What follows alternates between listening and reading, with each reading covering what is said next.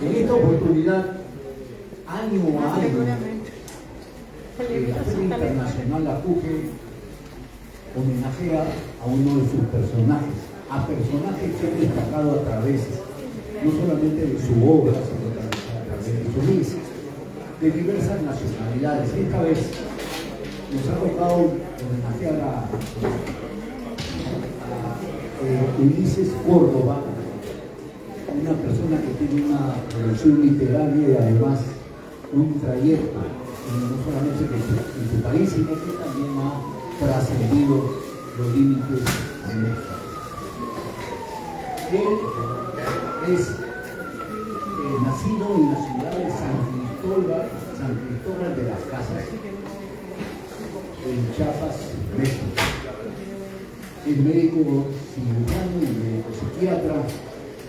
También cuenta con una maestría en literatura y creación literaria y un diplomado en creación literaria de la SOGEM, de la Sociedad General de Escritores de México. Es fundador, además, de los festivales internacionales Chiapas de Poesía y María Tristeza.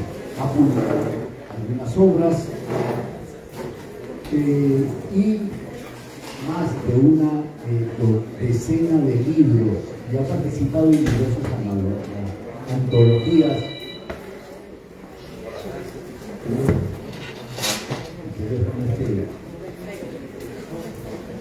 Se ha perdido, están titulando. Bueno, y ha participado en diversas antologías, encuentros, congresos, festivales y ferias como la nuestra, además de impartir talleres literarios en distintos países de América y Europa. Él se autodefine de la siguiente manera, abstracta y concretamente. Un día me hice médico tratando de salvar cuerpos. Después me convertí al cristianismo tratando de salvar almas. Y ahora, heme aquí, poeta, por fin, salvando sueños. Él es Ulises Córdoba.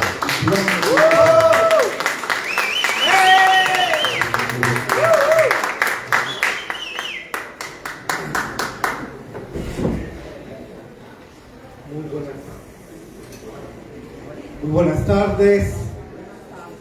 Muchas gracias por, primero al Señor Todopoderoso, y gracias también a la CUGE, a Gladys Montolío, a Ricardo Vaca, a todo el equipo de la CUGE por permitir esta feria internacional y en la que pues podemos, escritores de distintas latitudes del mundo, no solo de América, podemos estar compartiendo la palabra.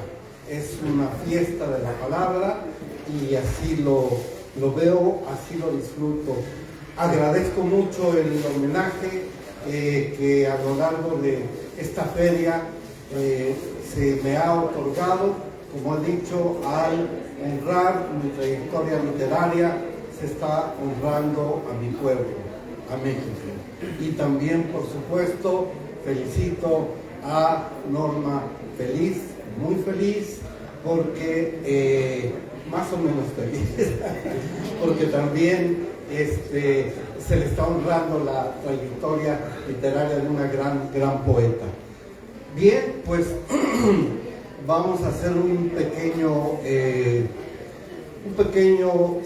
una pequeña travesía también, creo yo, por algunos de los libros que he tenido la oportunidad de escribir, y voy a comenzar por uno de los últimos, por así decirlo, porque si es que se encuentran acá de alguna manera todavía los escritores de hace como 2 o 3 paneles en torno, y esto yo creo que ayuda también a que haya no un mismo lenguaje, pero sí una misma plataforma y un vocabulario en el cual podemos empezar a entendernos mucho mejor.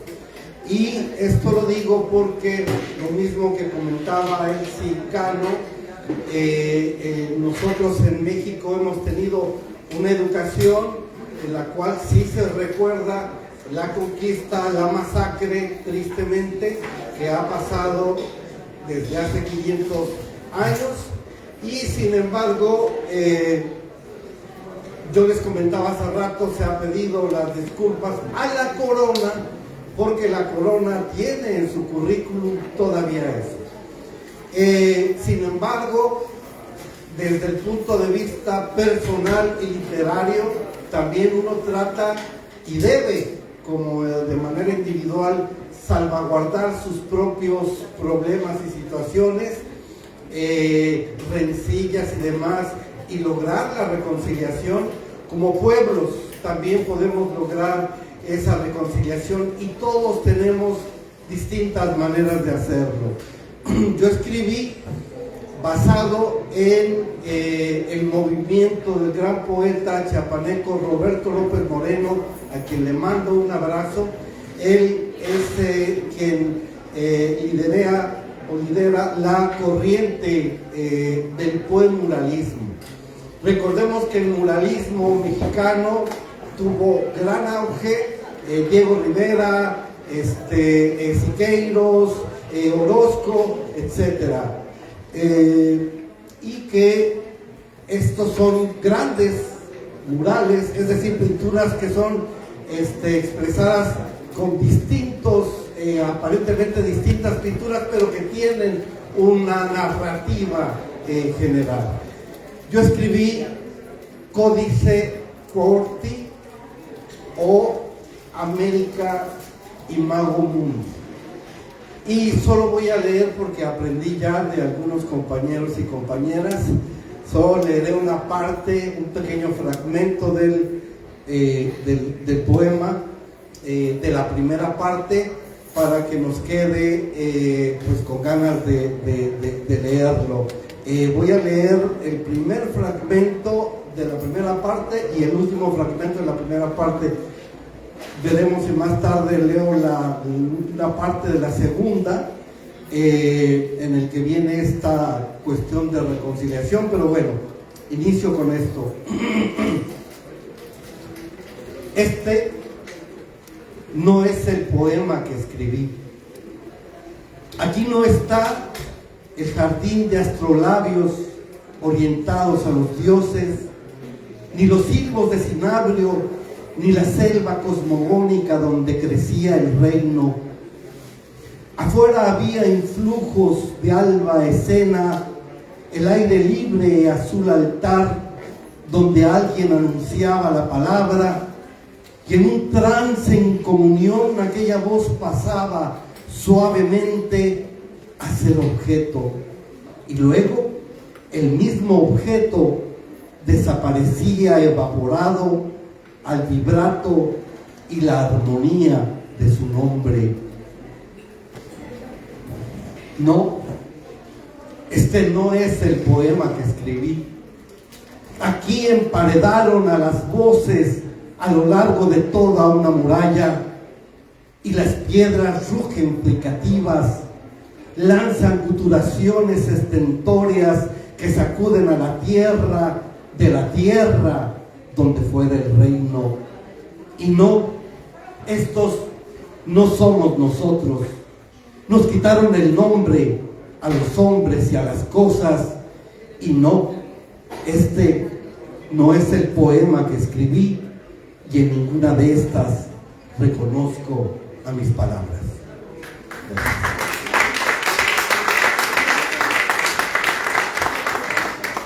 Hay una segunda parte, pero bueno, espero que luego les interese conseguir el códice Corti para que podamos entrar a detalle. Me han pedido algunos poemas en relación a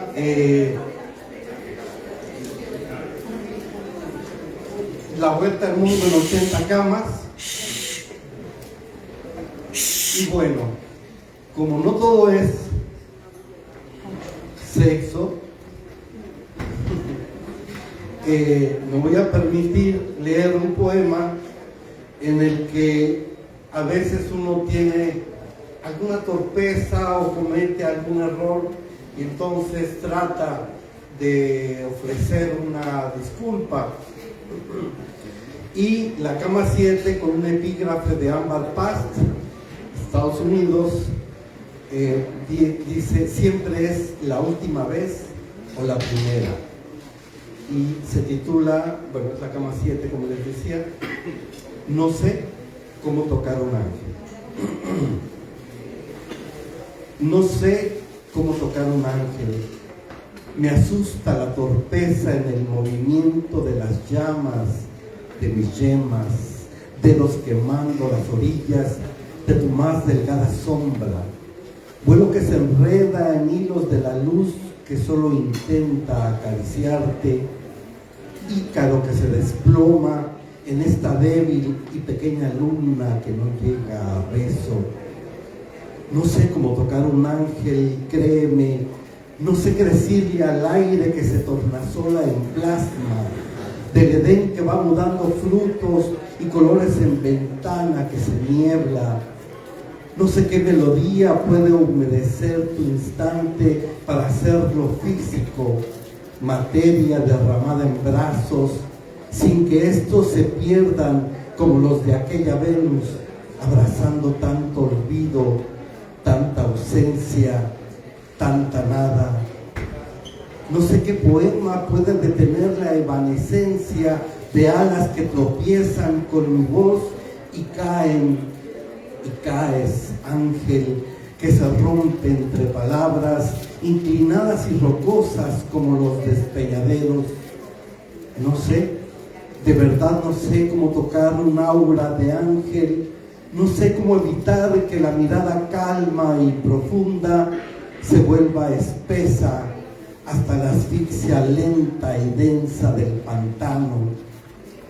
Perdóname y perdona este abismo que te arrastra en la vorágine de su fascinación y su tormento, pero te convence de volver todas las noches para negar desde mi cama a Dios, tirar el resto de tus dioses.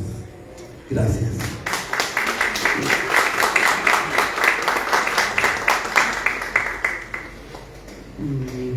Uno muy breve, muy picante, ¿no? Uno muy breve. Nada más déjenlo, lo encontramos rápidamente. Mientras, déjenme decirles que, bueno, es una buena manera de conocer al mundo, dándole la vuelta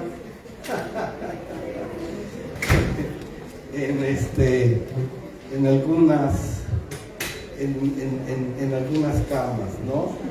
Y la idea surge de alguna manera, creo que lo he comentado, de estas personas que viven en lugares como nuestros países, que son países turísticos, y en esos países turísticos de pronto alguien como ustedes que han viajado mucho dice: oye, ¿conoces? Oye, la Torre Eiffel es preciosa, es inmensa, a mí me encanta. Y dice alguien por ahí: sí, es verdad, la Torre Eiffel y Notre Dame. Y uno dice: fuiste también a París. No, pero tuve una novia parecida. y me contó. Y lo dice: pues en el Vaticano, etcétera. Fuiste a Italia. No, pero tuve una novia italiana que me contaba. Bueno, personalmente me gusta, es pequeño, me gusta, a veces es difícil que salga un poema prácticamente de la nada, pero fue una noche con gente de muchos países, ya era de madrugada y empezamos a tratar de escribir Un cadáver exquisito, y de pronto me di cuenta que los versos que estaba escribiendo me estaban gustando, y ya les dije, ¿saben qué? Salgo del cadáver exquisito y me puse a escribir mi propio texto. Canción lejana, Cama 53, con un epígrafe de Gabriela Mistral, de Chile. Recuerden que los epígrafes es todo son todos de mujeres, y es un diálogo del texto de los poemas con grandes poetas de la historia de la literatura universal. Si te vas y mueres lejos, canción lejana. En cualquier parte de tu voz estará una palabra mía. En cualquier cuando que quiera exiliarte a la palabra nunca, habrá un grito de tiempo que llegue con el hoy hasta tu nombre.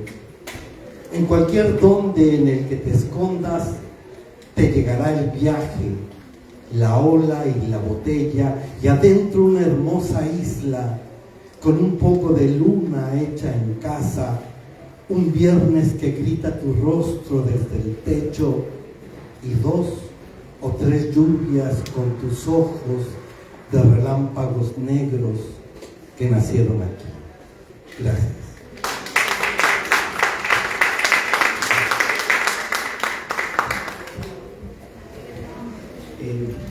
Yo quería, para que no sea simplemente una lectura de poemas que están además muy bellos, muy interesantes, yo quisiera conocer un poquito más, y que ustedes conozcan desde luego un poco de la intimidad del poeta, ¿no? La vida del poeta, las vivencias del poeta. La vida está hecha, no es lineal, está hecha de momentos que nos quitan la respiración y momentos que nos hacen suspirar.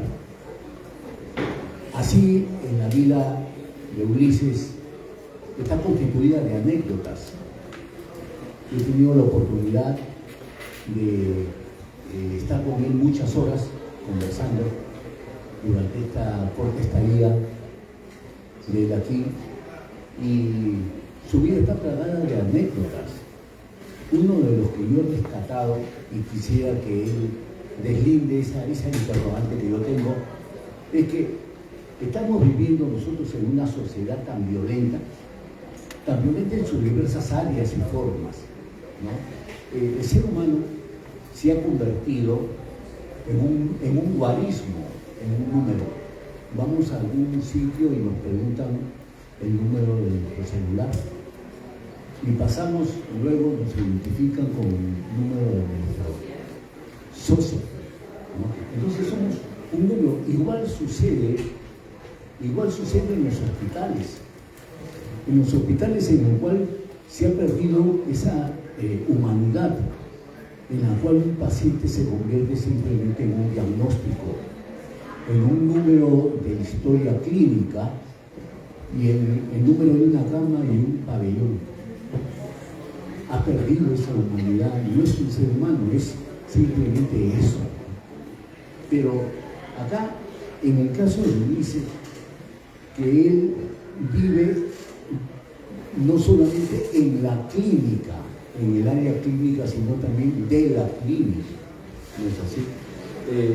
Yo quisiera preguntar si él, como poeta, como ser humano, se ha dejado absorber por esta situación tan caótica que vivimos, sobre todo en esa área de las ciencias médicas, o tal vez se ha convertido su quehacer en un sincretismo en el cual está la poesía y por otro lado está la medicina.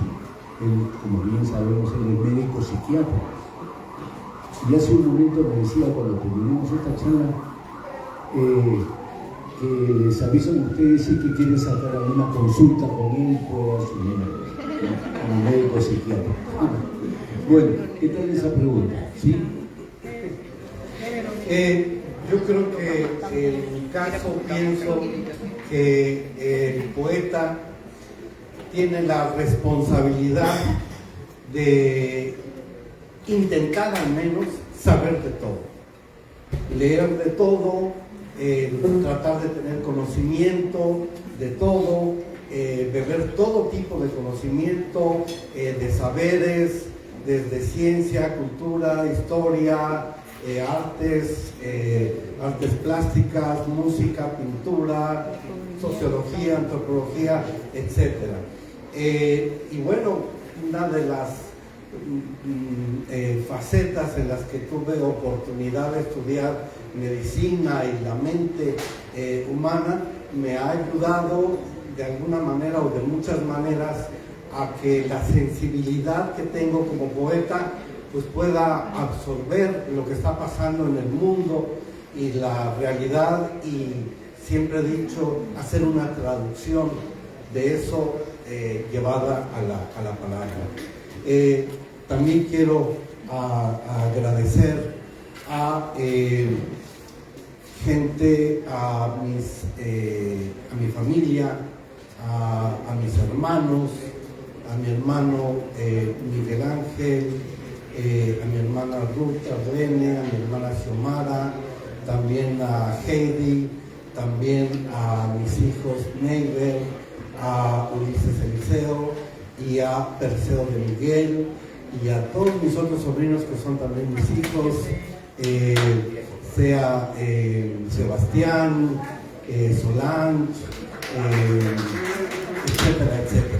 Bueno, voy alguien me decía si yo tocaba algún instrumento, si sabía de música, algo de eso platicábamos.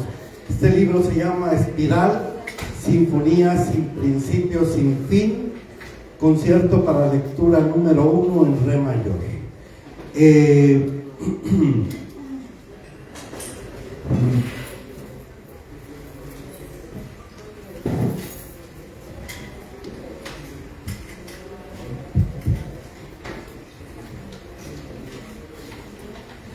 Leeré dos fragmentos. El primero dice: en el sin principio y sin fin de la espiral fue única y primera la poesía, y poesía dijo entonces: hágase Dios, y Dios se hizo. Poesía se abrigó el talar con la romanza exaltación de pléyades salvajes, y bordó con hilos claros en el rostro su magnánimo gesto, esa noble pose imperial con que poesía atiende las miserias humanas. Y dijo: y todavía hay quien demora 7 días en crear al mundo lo que a mí me basta y sobra con un verso.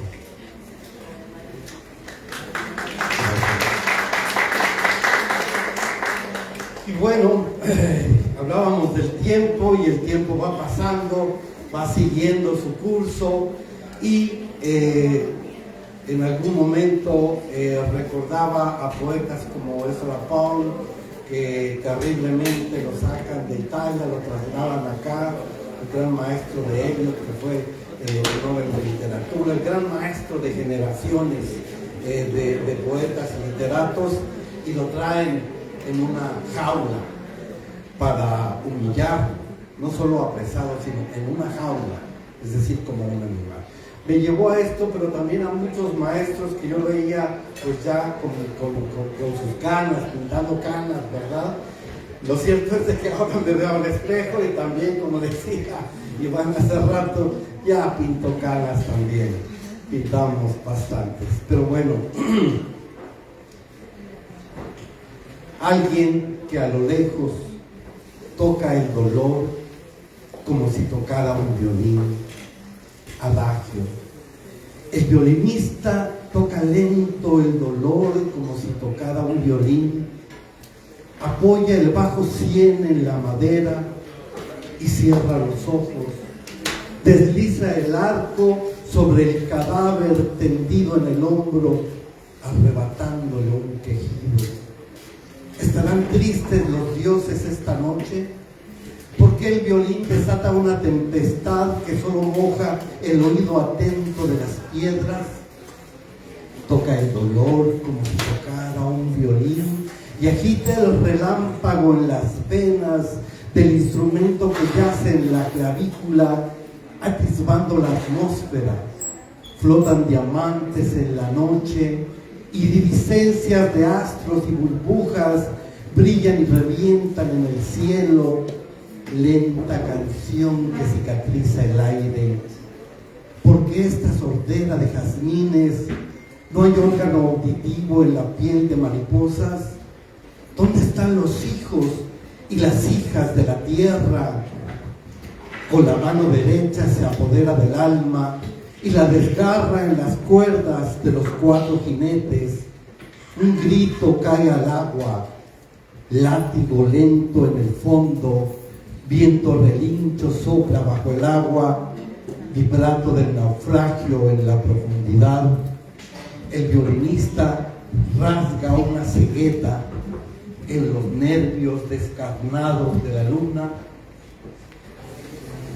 y abre los ojos todos los silencios y abre las manos todos los aromas, pero nadie escucha las vestiduras rotas de una melodía, la niña que al caer al suelo se rompe en 1000 pedazos y sigue tocando el dolor como si arrancara muertos de un violín, martillara estrellas en el yunque del oído, como si azotara ángeles en el miocardio y moriera tumbas en el tímpano.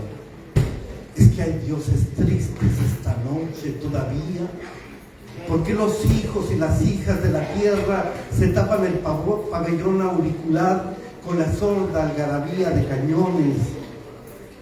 La canción muere de frío en el pentagrama, ojos cerrados, corcheas, lágrima pausa, pájaro herido en la rama trémula de un si bemol y flor sostenida por un hilo de sangre, transparente pausa y otra pausa.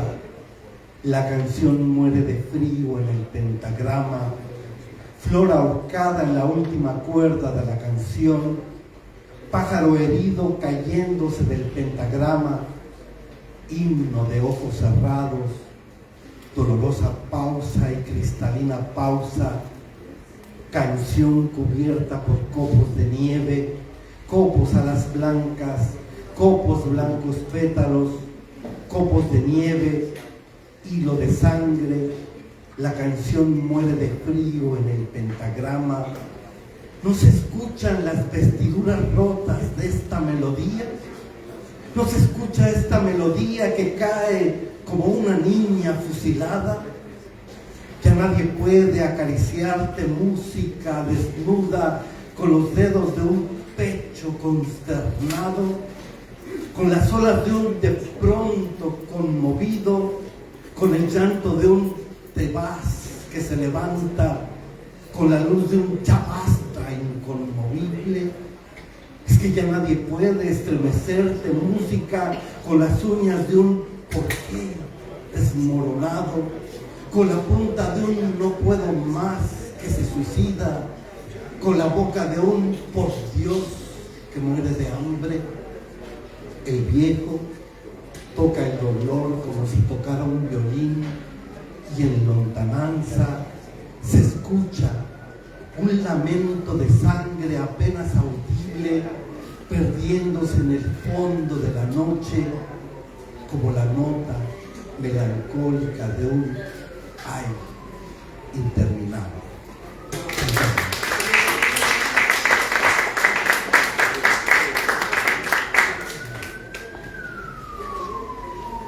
Bien, entre otras cosas, hoy vamos a, y agradezco mucho nuevamente a la CUGE porque tenemos la gran oportunidad de tener en nuestras manos la tercera edición.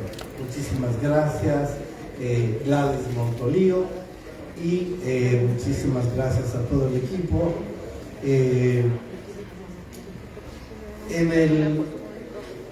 Yo creo que vale la pena un poco contextualizarlo.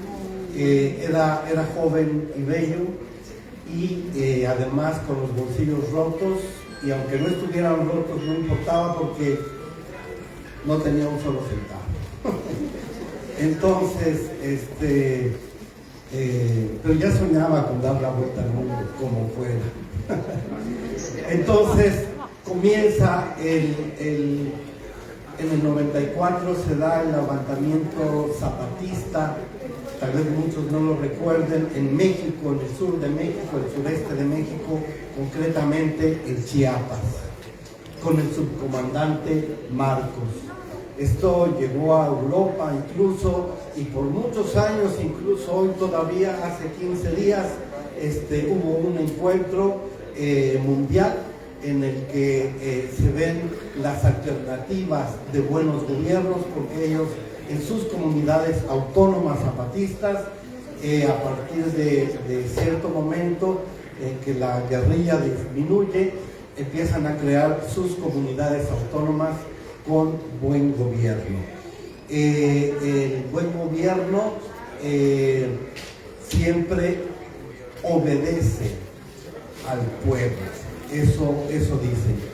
Pero cuando nace todo este movimiento vale la pena contextualizarlo, porque en algunas partes sigue pasando, quizá en el mismo México, y seguramente van a identificar algunos de sus países. Yo hablaba hace rato de cómo se les hablaba a los hermanos de pueblos originarios, con esa palabra despectiva, desdeñosa, ¿sí? De decirles como son realmente los habitantes de la India, indios, porque son de allá, ¿verdad? Sin embargo, de manera despectiva se ha utilizado eso en América por la confusión que tuvo don Cristóbal. Entonces, a partir de este movimiento, quiero recordarles que había cierta conciencia aparentemente de inferioridad por parte de los hermanos de pueblos originarios. Si uno iba caminando en una acera, se bajaba inmediatamente alguien de un pueblo originario, porque iba a pasar aunque fuera un niño, pero él, por ser mestizo, ya tenía derecho a ir caminando sobre la acera y la otra persona tenía que bajarse. Pero no solo eso, sino que obviamente si te vestías con un traje típico, si hablabas una lengua materna, pues eras completamente inferior y visto como lo peor, ¿sí? En cambio, si eras blanquito y te parecías a los españoles, bueno, todavía tuve abuelos y abuelas y tías que se sentían españolas. Digo, 500 años de diferencia, decimos en México, con el nopal en la frente. O sea, por Dios, mirémonos, ¿no? Yo muy orgullosamente tengo sangre, ¿sí?, de pueblo maya, aquí por estas venas. Poquito de azteca, más de maya, porque el azteca, el mexica, es más del centro del país. Entonces, se vivía toda esta discriminación al grado tal que, imagínense, a 2 años del siglo XXI, estoy hablando de 1998, se descubre con todo este movimiento la llamada finca Liquidambar. Esa finca Liquidambar, que hay fincas todavía donde hay tiendas de raya y donde se les paga, pero se les da crédito a los trabajadores para que a su vez, cuando les paguen, compren en la misma tienda y les dan crédito y tengan ahí, sean presos y esclavos de siempre. Bueno, la cosa era mucho peor. ¿Por qué? Porque todavía en el 98, 2 años antes del 2000, esta finca pagaba con moneda propia. O sea que no podías gastarla absolutamente en ningún lugar del mundo. Tenía cárcel propia. Si Ricardo me caía mal, decía 3 meses a la cárcel, sin juez, sin abogado, sin leyes, sin nada, en un país democrático que ya estaba en la gran transición hacia la democracia. Pero lo cierto es que en el México profundo o en la América Latina profunda se están viviendo otras realidades que no son las mismas que las que se viven en las grandes ciudades. Entonces, hay todo este levantamiento, hay estas violencias de la guerra que nos toca vivir, y por supuesto también, pues, no mi primer amor, pero sí un amor muy, muy profundo que llegué a tener y que se acaba en esas fechas, y ahí perdí mucho porque perdí a esta mujer, a este amor, pero también perdí de alguna manera a mi primer hijo, porque de alguna manera se fue o me fue impedido verlo por un par de años y luego irlo recuperando. El afecto tiene que estar presente. Yo tengo escrito por acá que el amor es en presente y en presente, porque si no se limita. Entonces nacen los poemas de Tiro de Gracia o Ya nada queda por traicionar. Tenemos algunos ejemplares, esperemos que se los puedan llevar el día de hoy. Y bueno, pues con un epígrafe en el libro del gran rey poeta Nezahualcóyotl, que a pesar de ser rey sufrió y sufría mucho, que dice: en vano he nacido, en vano he venido a salir de la casa del Dios a la tierra. Yo soy menesteroso, ojalá en verdad no hubiera salido, que de verdad no hubiera venido a la tierra. Eso nos dice Nezahualcóyotl. Y bueno, casi me gustaría que fuera por página, que me dijeran algún número, porque para mí muchos me han comentado, es una especie de libro de culto, y yo tengo un gran cariño por este libro, que ha viajado muchísimo más que yo. Y ahora déjenme decirles que sí he tenido la oportunidad de viajar por avión a varios países. Pero miremos cómo comienza este desamor y tiro de gracia, o ya nada queda por traicionar, porque yo sentía que en ese momento todo estaba traicionado. Quinta bala. Y aún cuando la única luz al final del fusil es el amor, todo lo que toca lo destruye. Gracias.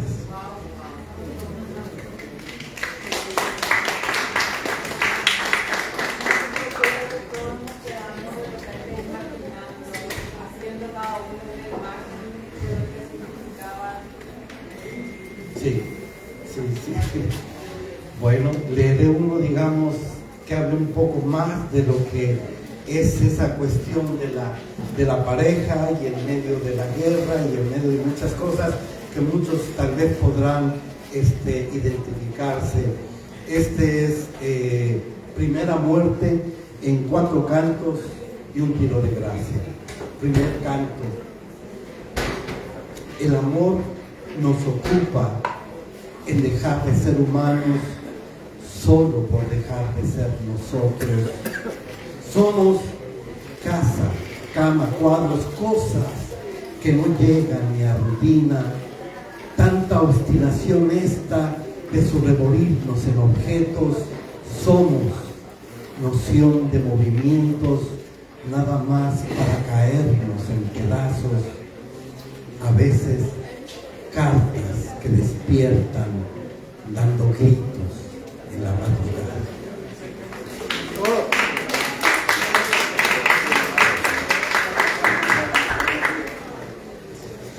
Primer infarto. Ya no es tuya la rabia de este latín. Esta es como canción ranchera, así, cuando dicen, no, ya no voy hablar de ti. Pero bueno, primer infarto. Ya no es tuya la rabia de este latido que se quita la correa y en la noche salta el corazón para ir a pelearse con los perros.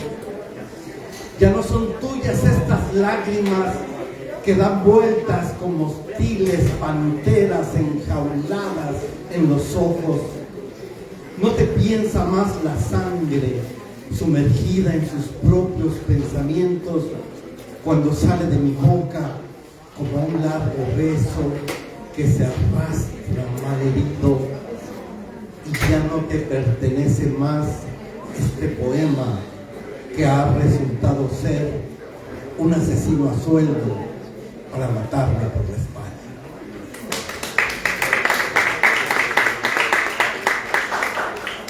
Vivíamos esa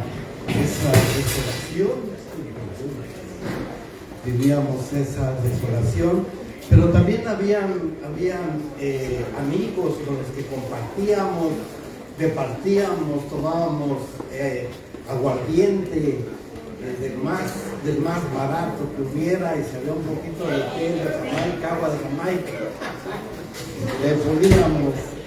Entonces, y de pronto pensaba uno que tal vez había la posibilidad de que algún día pudiéramos tomarnos un vino de abejas, o darnos una buena cena, o emborracharnos tal vez con algún whisky, aunque fuera de lo más barato, no importaba.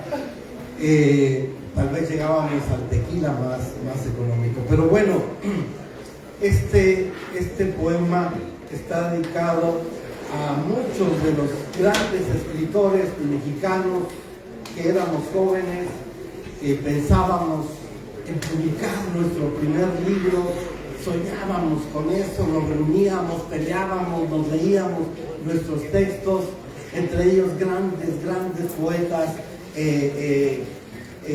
chiapanecos, y justamente anoche platicábamos con Ricardo Vaca de La Bohème, ¿no? Tan la canción de Charles Aznavour como la ópera, y donde la que está uno con la novia que también nos traiciona porque se va con el otro, y nosotros nos seguimos embriagando y teniendo sueños de artistas y que un día sí saldremos adelante, y sabemos que son sueños que no se van a lograr, o eso creemos, pero aún así seguimos, insistimos todas las noches, incluso hablamos ya como si fuéramos grandes escritores consagrados, pero ahí alrededor de una fogata, alguno con un cigarrillo, el que se lo podía comprar, y insisto, con el aguardiente más barato que duraba nada más unos cuantos minutos,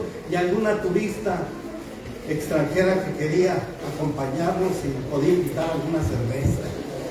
Esto se lo dedico a mi hermano, mi gran hermano y amigo Alejandro Aldana Sencho, pero también a David Andrade, también a Pedro Faro, también a Luis Reina, también a Rolando Mazariegos, también a Balán Rodrigo, a Roberto Rico, y los grandes poetas, aunque hayan fallecido ya, el maestro Juan Monteros, los que están vivos, el maestro Oscar Oliva, el maestro Roberto López Moreno, grandes poetas, el poeta Falconi, la poeta Marisa Trejo Silven, que va a participar en este homenaje, Fernando Trejo, los poetas y escritores en lenguas originarias que están escribiendo en sus propias lenguas maternas, como Ruperta Bautista, como Juana Peñate, como Juan Álvarez, que ya han tenido premios internacionales. Juanito Álvarez,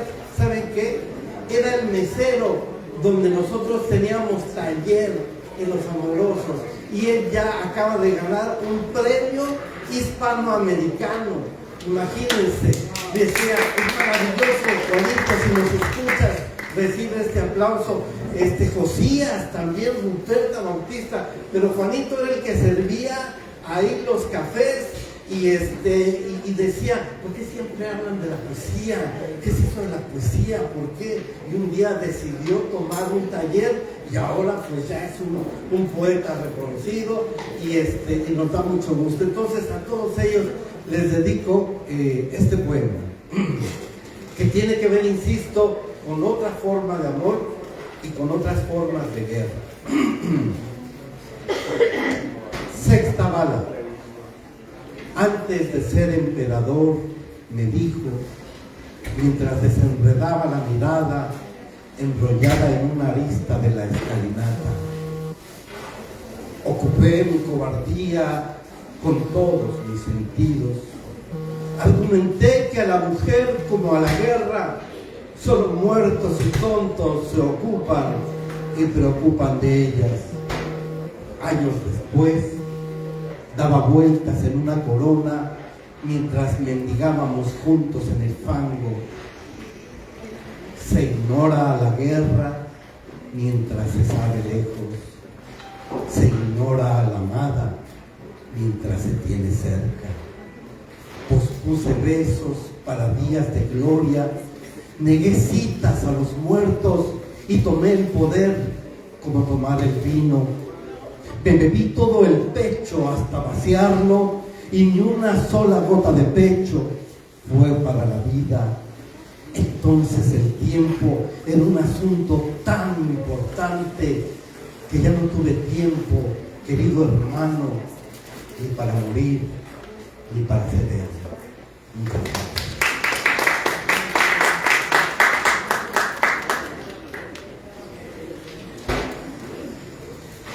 Qué tiempos, qué tiempos, qué tiempos. ¿Alguna pregunta? Sí. Es una pregunta impertinente. Yo quiero saber, aquí estamos no sabemos de ese nido de los Chiapas, que nos diga un poco de la niñez de ese pueblo, de qué ciudad la fundó, qué ciudad lo creó, cuándo tuvo su primera inspiración, llévenos allá a visualizar las obras de la casa. Y esa es la ciudad donde el padre Bartolomé de las Casas vive. Claro, claro. Un vínculo muy grande con Bartolomé de las Casas. Claro, claro. Sí, sí, sí. De traer los primeros esclavos negros de sobrevivir. Sí. Díganos un poco de ustedes. Bueno, pero hay que aclarar algo con Fray Bartolomé de las Casas. Evidentemente logra, cuando él llega allá a Chiapas, que todavía pertenecía a la capitanía guatemalteca, logra algo inédito, porque Fray Bartolomé de las Casas era no solo un religioso, no solo un hombre espiritual, sino que era un hombre recto, ético, ¿sí? Y descubre que no se están llevando a cabo las leyes que mandataban que hubiera la libertad para las personas de los pueblos originarios de América. Había un mandato que eran muy tramposos, por eso hay que saber decir y contar bien la historia. Decían que la única manera en la que podían sacar la espada era que le sacaban y les leían el decreto, y si ellos no se hincaban ante el decreto, ante el Dios cristiano que se les estaba diciendo, o intentaban una agresión, entonces los españoles tenían derecho a masacrar, a matar, a tomar como rehenes o como esclavos a esas personas. Entonces les leo el decreto.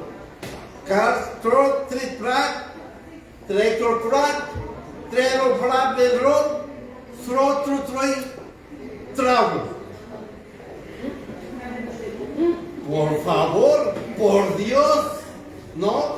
Y entonces, ante lo que decía Elsie, hace un rato el monstruo de 4 patas y 2 cabezas, pues entonces una reacción inmediata era tomar, no espadas, porque no eran espadas, eran unos maderos que eran, claro, para pelear, pero pues había que defenderse.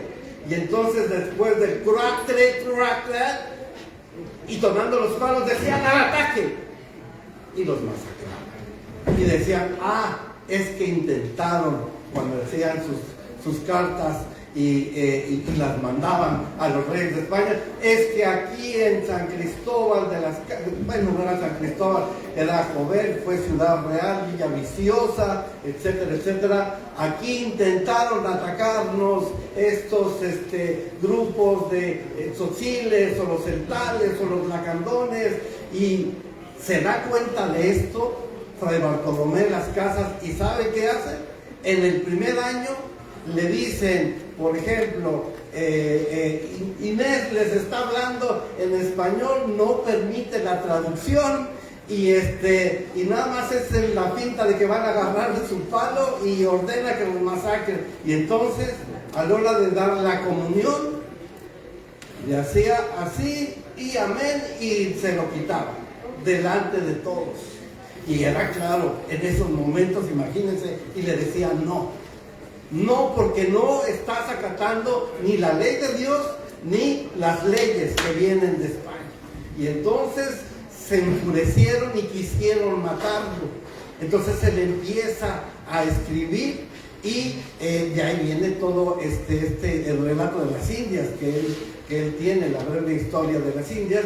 Y recordemos que eran vistos todos los jueces y abogados, por así decirlo, decían, es que los que llamaban ellos indios, nuestros hermanos de pueblos originarios ancestrales, decían, no tienen alma. Si no tienen alma, entonces no son personas, no pueden ser hijos de Dios. Entonces, ¿qué son? Animales. Hay un error ahí, y quiero aclararlo, de que sí, Fray Bartolomé Las Casas en su defensa dice, sí tienen alma, lo dice, explica por qué. Hay una curiosa anécdota en la cual hay un tropiezo del rey, y a unos esclavos que habían llevado de los pueblos originarios se empezaron a reír, y fue una de las cosas, hablando de Aristóteles, de la risa y de muchas cosas, que decían, caray, ¿no? O sea, son capaces de reírse y de llorar. Entonces, estas cosas le ayudaron para explicar por qué tenían alma y por qué eran hijos de Dios, que si eran hijos de Dios, tenían que ser aceptados. Inicialmente comete el error, sí es cierto, y dice, en cambio, los negros no tienen. Pero antes de fallecer, él, porque lo corren a los 2 años, había esclavitud, y él logra en 4 años, ¿sí?, abrogar la esclavitud.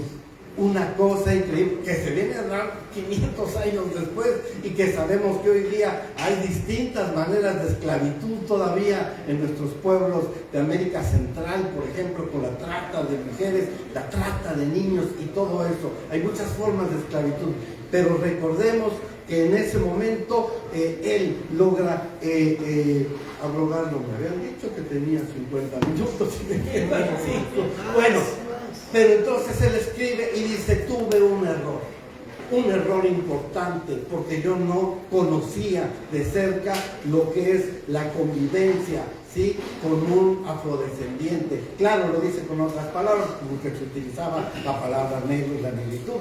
Y entonces dice, no, también son hijos de Dios. Y es su último testamento de Fray Bartolomé de Las Casas.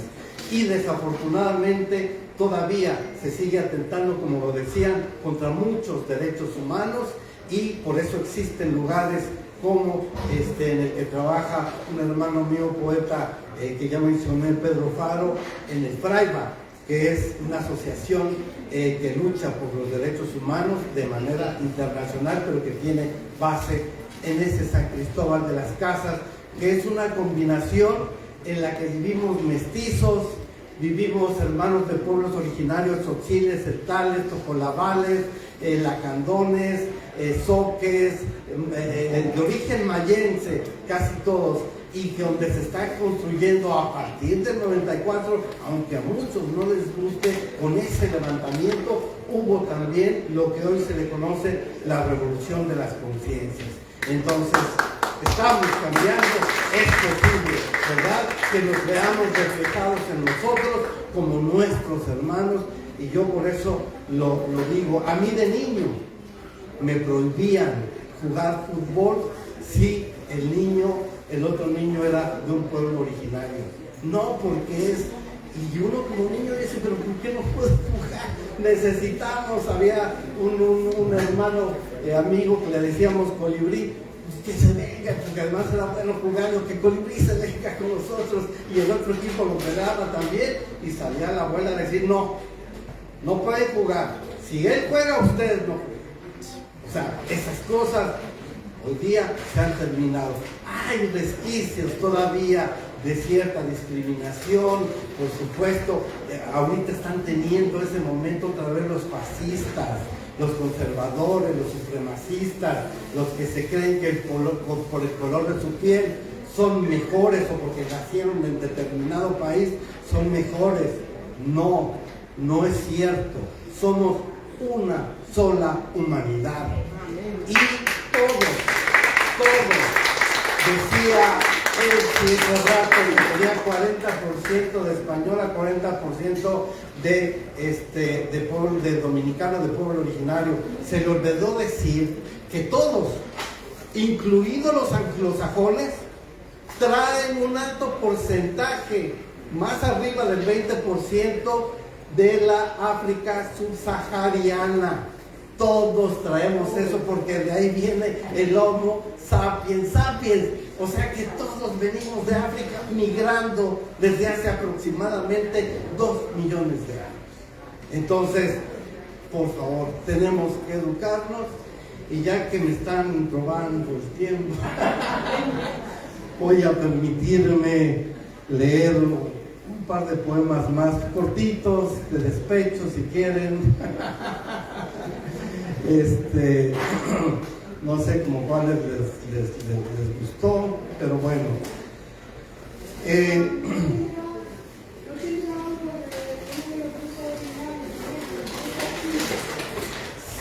Sí, pero no traigo el libro y no me lo sé de memoria. Se acabó ese libro. Pero bueno, leeré sí, creo que vale la pena que lea este par de poemas. Trataré de que sea lo más breve posible, ¿verdad?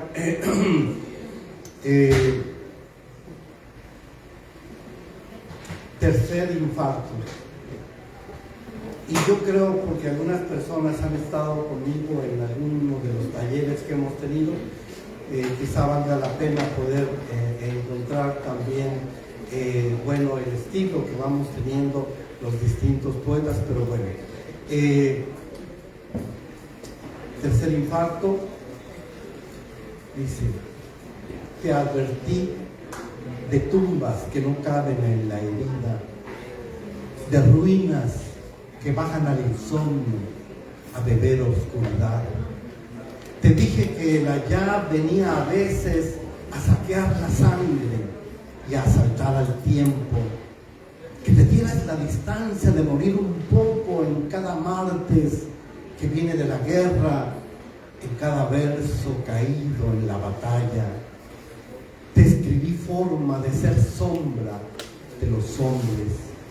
¿Cuántas veces leímos juntos el dolor en líneas de la palma de la lluvia? Y aún así te dije templo al que acuden de rodillas mis ideas, y corazón en violento padre de todas mis locuras. Pero que hiciste el miedo llenándote los ojos, y te quedaste funeral a media alcantarilla. Y todavía te advertí de penas que se mueven como adagios, y de pianos que en las noches se cuelgan de la cicatriz. Muchas gracias. ¿Queda algo de tiempo para leer ¿Sí? Bueno. Trataré de leer muy rápidamente este poema. Este libro tiene la mala fortuna, decía el gran escritor mexicano Adán Aselchov, que es algo que yo he pensado también, tiene la mala fortuna de estar muy actual, porque lo que voy a leer, aunque fue escrito en otro contexto y otra guerra, también se puede contextualizar el día de hoy con Ucrania o con Gaza o con Irán.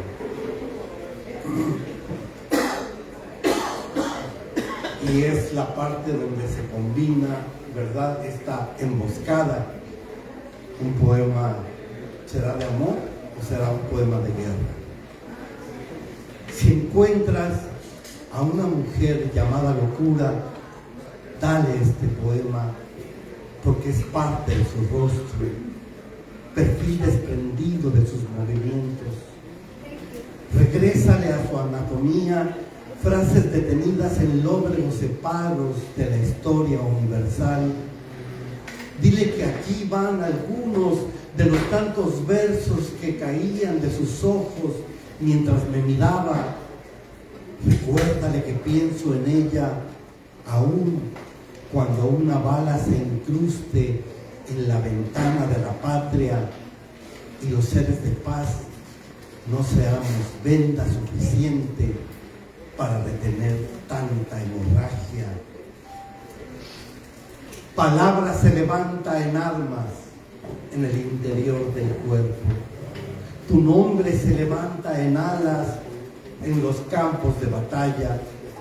Dolor que se levanta en fuego para derrotar al miedo. La paz que se levanta en muertos para detener las balas. ¿Cuál es el domicilio de la tierra que busca tierra para hacerse un lugar? ¿Cuál es el nombre de esa gota de sangre que nos busca? ¿Quién sabe la edad del requiem que no juega a las canicas sino a los entierros? ¿A qué juegan niños y niñas aparte de morirse de hambre? ¿Qué hace el hombre y mujer aparte del oficio de matar a otro hombre y otra mujer? ¿Que nosotros es menos importante que los otros? ¿Cuánto tiempo espera el tiempo a que la muerte desocupe el día? ¿Cuánto hemos matado este día? ¿Cuánto hemos muerto en el hombre que acaba de morir? ¿Cuánto dolor cabe en una bala? ¿Cuántos de nosotros cabemos en un grito? ¿Cuántos muertos faltan para llenar una lágrima? Un disparo nos mira, se burla de nosotros. Aquellos, estos, esos eran, pero ya no son nada. Si encuentras a una mujer llamada locura, dile de voces proyectadas en la atmósfera que al golpe con el cielo vuelven hojas de luz flotando en manantiales, estallidos, besos molotov, el saldo de unos otros. Herido en mi costado sangra una mujer, reacomodando muebles, diosas culpas y retratos en la disposición imperdonable del infierno. El ayer se inclina, bebe un pensamiento que nada en un acuario de memoria sitiada. Tormenta manifestación del repudio a los que ofrecen cielo, arcángeles y querubines a cambio de la vida. Disparos en busca de la oscuridad, aves de níquel, alas de pólvora, una bala perdida, toca a Dios en el ángel izquierdo y cae. No sabemos qué es aquello verdaderamente, pero cae. Si locura tiene tiempo de escuchar y desnudarse bajo el verso que alumbra la miseria en esta madrugada, dile, en esta oscuridad quise leerte nada más poesía de amor y entregarte todos los poemas para reino, pero los ojos exigieron, iniciaron su lectura Herodes, más que Herodes, este mundo sigue asesinando niños. Invariablemente mis labios no porfiaban por un beso, murmuraban versos de Brock, de todos los sufrimientos que los hombres se infligen entre sí. La guerra no es el peor de los males, solo el más absurdo. Dile a locura de luna, herida clara no confesa, hostia que no se deja consagrar, vasija presta para quemar al Hijo de Dios siendo apenas un pequeño, para que llores y te des cuenta, Padre Todopoderoso, que tú y tus alaridos no serán más dolorosos que los llantos de la humanidad. Gelman o Milos, Cardenal o Reyes, Matamoros, o quien quiera que seas y no quiera que estés, si encuentras a una mujer llamada locura, dile que estas palabras están en ayuno de ella, de su magia, de la mundana y extraterrestre forma que tiene de ser inolvidable. Que sepa que esta noche quise escribirle el poema de amor y de locura, pero palabras salieron cabizbajas, con el cuerpo en actitud de oscuridad, ojos como tumbas, manos en lasciva gesticulación de luto, palabras que no encuentran la palabra, renunciando a su infinita vocación estética por el universal, inmutable, irrenunciable de llorar. Pero si no encuentras a locura, entonces busca alguna de las almas de los muertos en Jerusalén, Auschwitz, Vietnam, Balcanes, British, Alteani. Sal y busca sus siluetas, sombras o fantasmas. Y si te encuentras con alguno, dile: el hombre es capaz de todo por poner una idea en el lugar de Dios, o aún en el mismo lugar del hombre. Una frase puede matar por la poesía, o puede ser la peste letal de las conciencias. Un artículo bien o mal escrito puede significar el secuestro de la historia. Una palabra más o una menos, un acento, qué sé yo, puede inmortalizar a la memoria, saturar el cupo de los cementerios, o simplemente hacer al hombre más urgente. Dile a ese muerto que se está buscando la forma o la palabra, letra o signo o lo que sea para evitar que holocausto, matanza, asesinato, genocidio sigan siendo el sinónimo de pueblo. Empero, dile también que me perdone, que esta noche no puedo buscar esa forma o letra que detenga la guerra, que no puedo porque estoy hundido en esta prosa, buscando la manera o forma, símbolo o palabra, cualquier cosa que logre que esa mujer llamada locura no pueda más sino pensar en mí toda esta madrugada. Muchas gracias.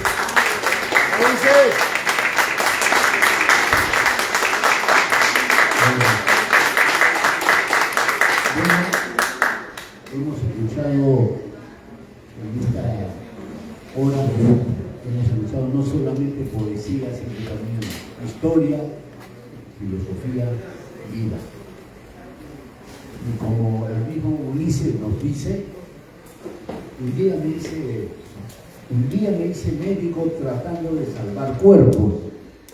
Después me convertí al cristianismo tratando de salvar almas, y ahora heme aquí, poeta, por fin, salvando sueños. Un aplauso para nuestro creador.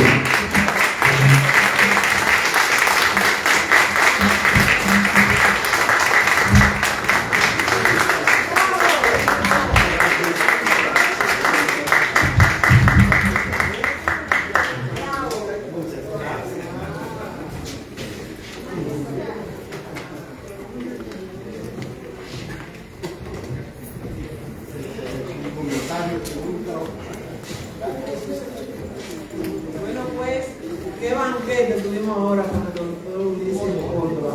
Nos tenía todo así, como wow. Muchas gracias, vamos a pasar inmediatamente.